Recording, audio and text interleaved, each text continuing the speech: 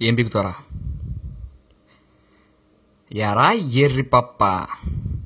ఎటువంటి టాలెంట్ లేకున్నా రికమెండేషన్ ఉందని ఒకే ఒక్క కారణంతో కష్టం కూడా పడకుండా డైరెక్ట్గా ల్యాబ్ అసిస్టెంట్ అయినా నువ్వే అంత చేస్తే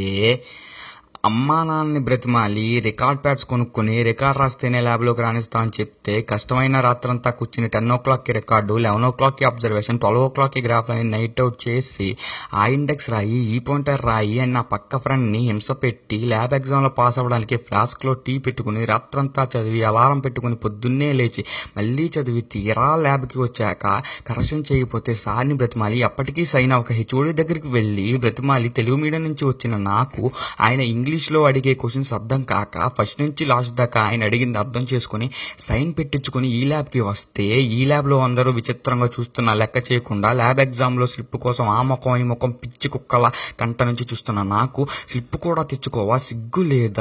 లేదా అని మా క్లాస్మేట్ తిడుతున్నా ఒక్క స్లిప్ దొరకక గుండెల్లో బాధగా ఉంటే ఏడవలేక నవ్వలేక ఏడుస్తూ కూర్చున్న నాకు ఎవరో నా పక్కన ఫ్రెండ్ మంచి మనసుతో స్లిప్ ఇస్తే దాన్ని కూడా అలాగేసుకున్నా. నీలాంటి ల్యాబ్ అసిస్టెంట్ క్రాస్ చేసి ఈ రోజు ల్యాబ్ కంప్లీట్ చేసి నీ ముందు నుంచి మాట్లాడుతున్న బ్యాక్ బెంచర్ అయిన బీటెక్ స్టూడెంట్ నాకెంత పొగరుండాలరా.